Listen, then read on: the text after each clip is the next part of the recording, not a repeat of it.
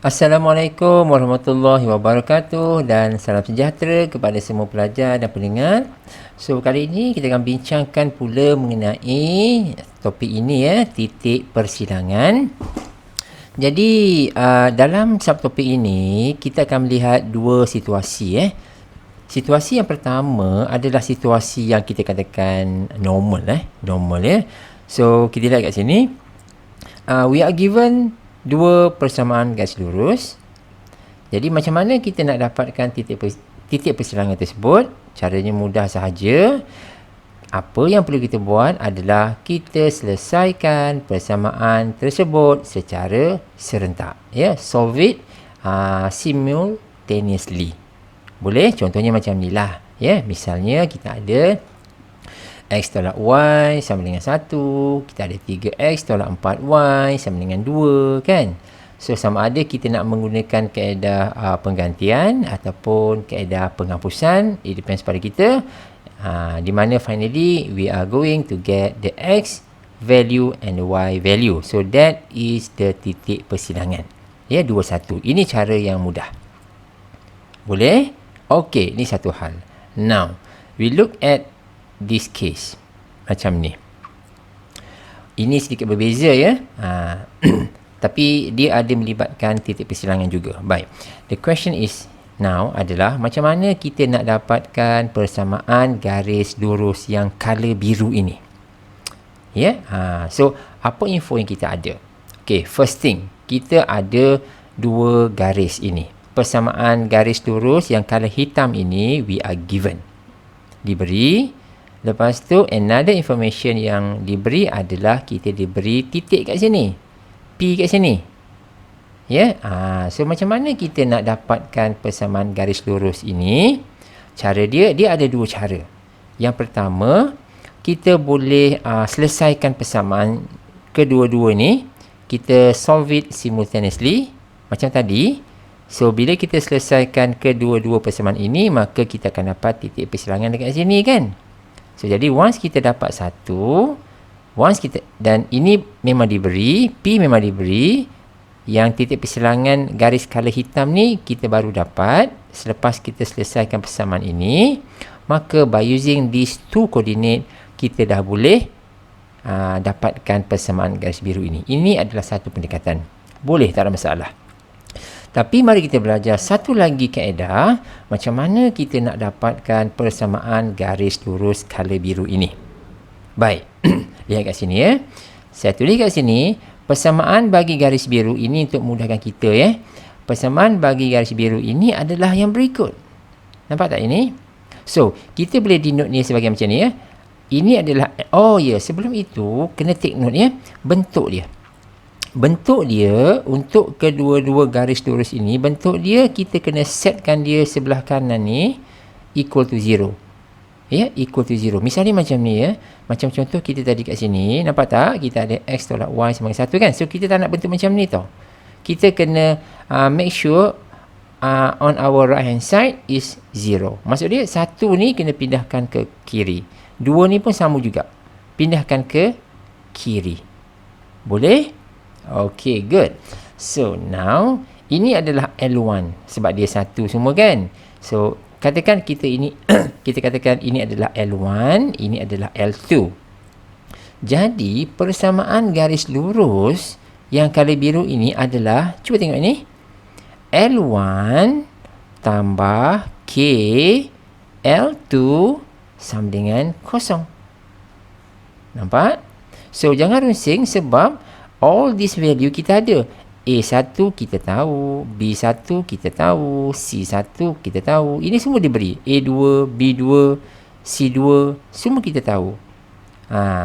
Okay. So, yang kita tak tahu adalah nilai K. Nilai K yang kita tak tahu. Okay. So, macam mana kita dapat nilai K? Nilai K diperolehi dengan menggantikan titik P tadi tu. Nampak tak? P tu berada pada garis color biru tadi, kan? Yang ini. Nampak? Gantikan nilai ni ke dalam ini. Ni. Titik ni gantikan ke dalam sini. Iaitu X, Y, X, Y. Nampak? Gantikan dia. Gantikan dia, maka kita akan dapat nilai K. Once kita dah dapat nilai K, kita masuk semula ke sini, kita selesaikan, kita permudahkan, and finally we are going to obtain the persamaan garis tersebut. Boleh? Okey, itu secara umumnya lah ya saya terangkan. Baik, ini apa? Yang ini adalah satu lagi perkaitan yang melibatkan persamaan ini juga, ya.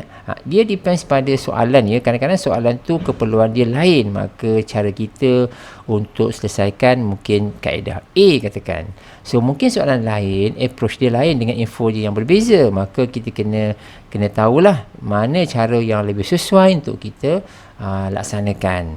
So jadi ini saya beri satu info yang penting, iaitu kecerunan bagi A ni, iaitu ni ini kecerunan bagi A adalah sama dengan ini. Okey, negatif A1 tambah K A2 per B1 tambah K B2. Macam tu. Boleh? Okey, contohnya macam ni lah. Contohnya, kita tahu yang A1, B1 is given. A2, B2 is given. K normally is not given. Ya, dia suruh kita cari. Okey. So, cara yang pertama tadi tu, kita dapatkan nilai K kalau kita diberi koordinat P. Betul tak? Right? So, if you are given one coordinate here and we are senang nak dapatkan nilai K ni, masukkan aja P, X, Y ini ke dalam atas ni dan kita boleh dapat nilai K. Tapi apa kata kalau soalan itu dia tak bagi nilai P. Maksud dia macam ni guys. Ini garis yang kita nak cari kan. Dia tak bagi titik. Dia tak bagi titik P ni, tapi dia bagi kecerunan dia. Dia bagi kecerunan ini. Jadi kalau dia bagi kecerunan ini, kita boleh juga mendapatkan nilai K dengan menggunakan pendekatan ini. Nampak tak? Boleh? So, sama ada cara nombor 1, cara nombor 2, sebenarnya masing-masing menjurus kepada macam mana kita nak dapatkan nilai K tersebut. It depends pada soalan. Ikut kepada keperluan soalan. Apa yang dia bagi? Dia bagi titik tak? Kalau dia bagi koordinat, cantik. Cara ini.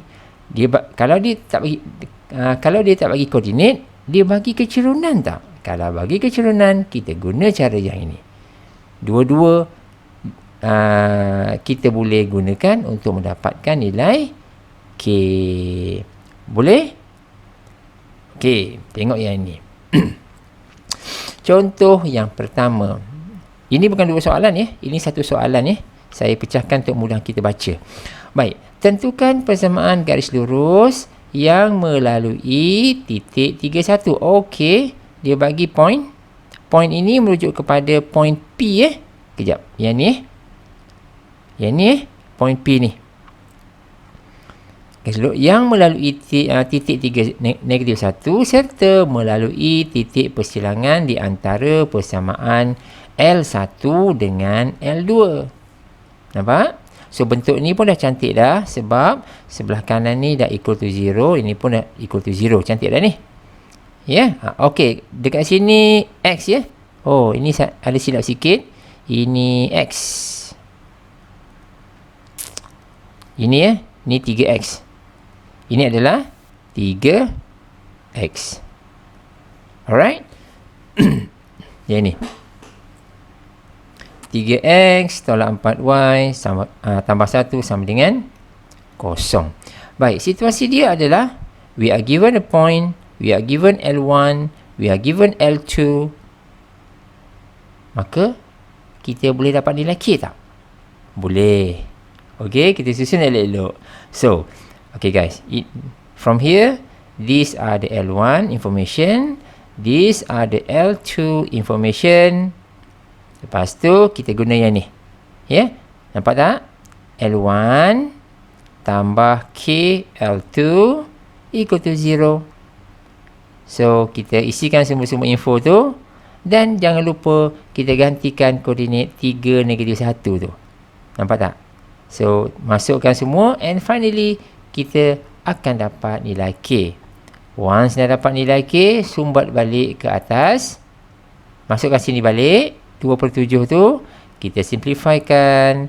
Kita permudahkan. Darab sana, darab sini dan sebagainya. And finally, we are getting the equation. Iaitu X tambah Y tolak 2 sama dengan kosong. Boleh? So, ini kamu tengoklah ya. So, saya tak ada perincikan macam mana nak kira secara algebrik ni macam ni. So, kita bagi the whole idea je. Okay, that is example number 1. Example number 2, kita lihat apa yang ada kat sini. Tentukan persamaan garis lurus di mana ia selari dengan garis ini serta melalui titik persilangan di antara okey. Nampak tak kat sini? We are given L1. Ini adalah L1. Ini adalah L2. Okey, boleh. Tapi now, kita tidak ada titik. Kita tidak diberi titik macam tadi. Tapi instead, kita diberi persamaan garis. Okey, the whole idea is, from here, kita akan dapatkan kecerunan. Faham tak? Kita nak dapatkan kecerunan sebab apa? Sekejap. We are going to use this approach. This one. Ini. Nampak tak? Kan sebelum ni saya ada beritahu, kalau kita diberi titik, okey, cara dia macam ni. Tapi instead, kalau kita tidak diberi titik, kita diberi kecerunan, maka kita guna cara ini. Kedua cara untuk dapatkan nilai K. Jadi dalam contoh yang kita bincang sekejap tadi, kita tak dapat nak buat cara yang atas ni. Sebab we are not given a point. Tapi kita boleh dapatkan kecerunan. Sebab itulah we are going to apply this. Nampak kan? Okey. So, sekarang berapa kecerunan dia? So, jadi mana soalan dia? Ni. Ini adalah garis dia kan? 2Y tolak X tambah 4 sama 0. So, look for gradient here. Ini dia gradient dia. Ni. Ini ya. So, kecerunan dia adalah, susun elok. Here we go. Perkali bagi X ini. Ini adalah kecerunan dia. Iaitu 1/2. Okey. Ini bukan nilai K. Ini baru nilai kecerunan.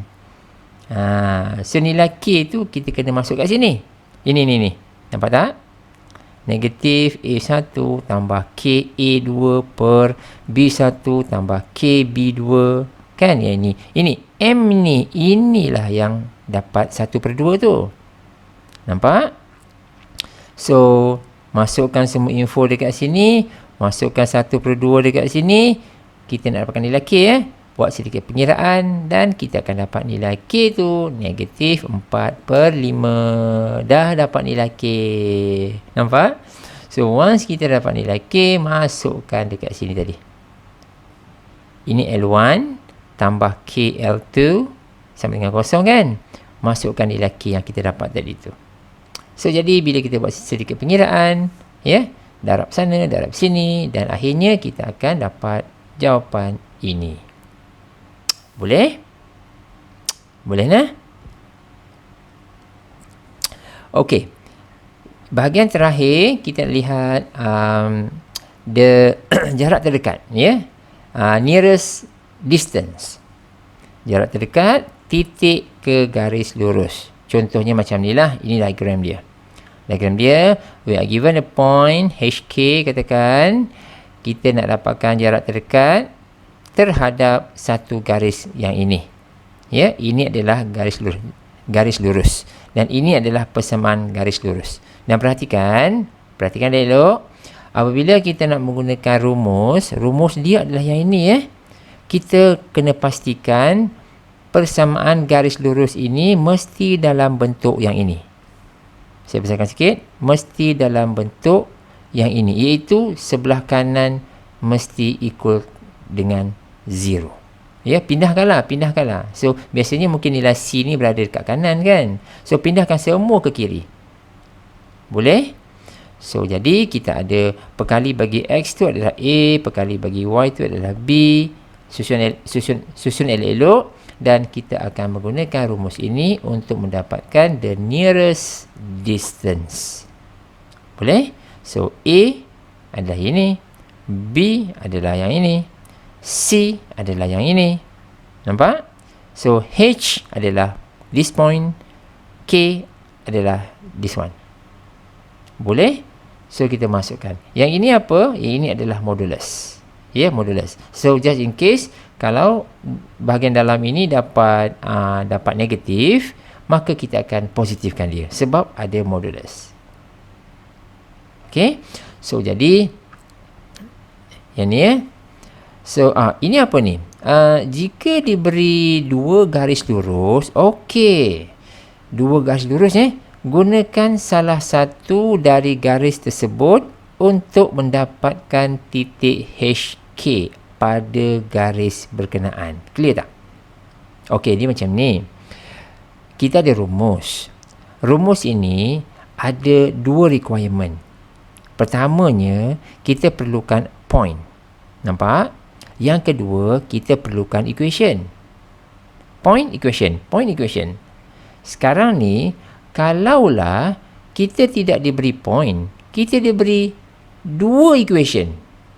Macam mana kita nak dapatkan point tu? Itu cerita dia. So if we are given two lines, two equation, kita akan remainkan satu equation as it is. Lepas tu, from another equation, kita kena dapatkan point dari equation tersebut. Faham tak? Itu cara dia. So, macam mana kita nak buat? Ini dia. Senang saja. Mula-mula, kita setkan Y sama dengan kosong. Kita setkan saja. Kita setkan saja. Setkan Y sama dengan kosong. Lepas tu, kita gantikannya ke dalam persamaan garis lurus. Dan kita dapatkan nilai X. Settle. Ataupun sebaliknya, kalau kamu nak buat setkan X sama dengan kosong pun boleh. Either one lah. Masukkan dan dapat nilai Y. Boleh? Yang penting kita kena dapat satu titik. Satu point and satu equation. Boleh? Okay. Now we go to our ini satu contoh So, sekarang ni soalan dia. Yang ni ada dua soalan ke? Ataupun satu soalan? Dua soalan. Okay. Soalan pertama diberi titik berikut A, B, C. Soalan dia, dapatkan jarak terdekat dari A ke B, C. A ke B, C. Okey, ini jelas. Sebab A tu is a point. Cantik lah tu. Cantik lah tu. A. B, C kat sini, ini dari B, C ni kita boleh dapatkan persamaan garis lurus. Itu yang kita nak kan. Kita dapat satu equation, kita dapat satu point, job done. Masukkan ke dalam formula, selesailah. Nampak ya? So, sebab itulah kamu nampak dekat sini persamaan garis BC kita kena cari dulu. Dan pastikan dia dalam bentuk yang ini. So, jadi kita buat pelan-pelan. Kita dapatkan kecerunan BC dulu. Dapat 2, 3. Ini terpulang pada kita lah So, kita kena ingat semula lah macam mana kita nak dapatkan persamaan garis lurus if you are given 2 points. Macam tu. Lepas tu, dah dapatkan kecerunan. Kita dapatkan persamaan dia macam ni. And finally, kita dapat jawapan. Ini kamu tengoklah Ini kamu tengok, saya tunjukkan jawapannya saja. Baik. Kita originally kita akan dapat yang ini tau. 3y sama dengan 2x dalam 4. Tapi kita tak nak bentuk macam ni. Kita kena standardizekan supaya sebelah kanan kita kosong. Boleh? So kita pindahkanlah. Pindahkan 2x dengan negatif 4 ni pindahkan ke kiri. Okey, ini betul ke ni? Ini 2x. Oh, okey, dekat sini kita tak pindahkan kiri, kita pindahkan ke kanan. Sebab kita nak dalam bentuk yang ni kita nak dalam bentuk x, y. Kalau pindahkan ke kiri pun boleh juga. Pindahkan ke kiri ataupun pindahkan ke kanan. Yang penting adalah kita nak dalam bentuk x, y. Macam tu. Sebab kita akan declare A adalah 2, B adalah negatif 3. C adalah negatif 4. So, macam ni. Nampak? So, once kita dah dapat yang ini, kita dah tahu our point, negatif 3, negatif 1. Ini adalah rumus kita tadi. Rumus jarak terdekat. Kita masukkan semua info and finally kita akan dapat jawapan dia 7 per set 13. Nampak kat sini? Kat sini kita tiba-tiba kita jumpa negatif 7 kan? So jadi gunanya modulus ini adalah kita akan positifkan dia balik. Kita akan positifkan dia balik sebab jarak tak ada negatif jarak sentiasa positif. Boleh? So contoh ini very clear, we are given a point, lepas tu kita boleh dapatkan equation. So a point and equation, a point and equation. So kita boleh dapatkan dia lah jarak terdekat. Okey, yang ini ada dua equation tapi tak ada point. Nampak tak? So dapatkan jarak terdekat di antara dua garis lari. Dia bagi ini, dia bagi ini. Okey, dalam hal ini kita tak ada point, kita kena cari point. Boleh? So daripada dua-dua ini kita akan remainkan satu persamaan as it is dan gunakan satu lagi tu untuk dapatkan point dia. So dalam contoh ini kita katakan L1 So ini ada L1 ini L1, yang bawah ni L2 lah. So daripada L1 kita nak dapatkan titik. L2 kita remain as it is. From L2 kita dapatkan A, B dan C dia lah. Iaitu 2, 3, 2 kan. So daripada L1 we are going to get the point. So cara dia macam ni kita setkan Y sama dengan kosong dan kita akan dapat nilai X. Nampak? So jadi point kita adalah 11 per 2 kosong. Automatically ini akan menjadikan titik rujukan bagi kita, iaitu yang HK itulah. Nampak kan? So kalau kamu nak buat Y sama dengan X sama dengan kosong, dapat nilai Y pun boleh, tak ada masalah. Okey? So jawapannya pasti sama. Contoh yang ini kita tunjukkan apabila Y sama dengan kosong kan, dapatlah nilai X. So kalau kamu nak buat X sama dengan kosong, dapat nilai Y. Nilai itu akan nilai yang lain lah. Tapi bila kamu masukkan ke dalam sumur sini, nanti jawapannya akan jadi sama. So jadi from here kita dah boleh dapat jawapan kita. We have all the information, ABC, HK, we have the formula.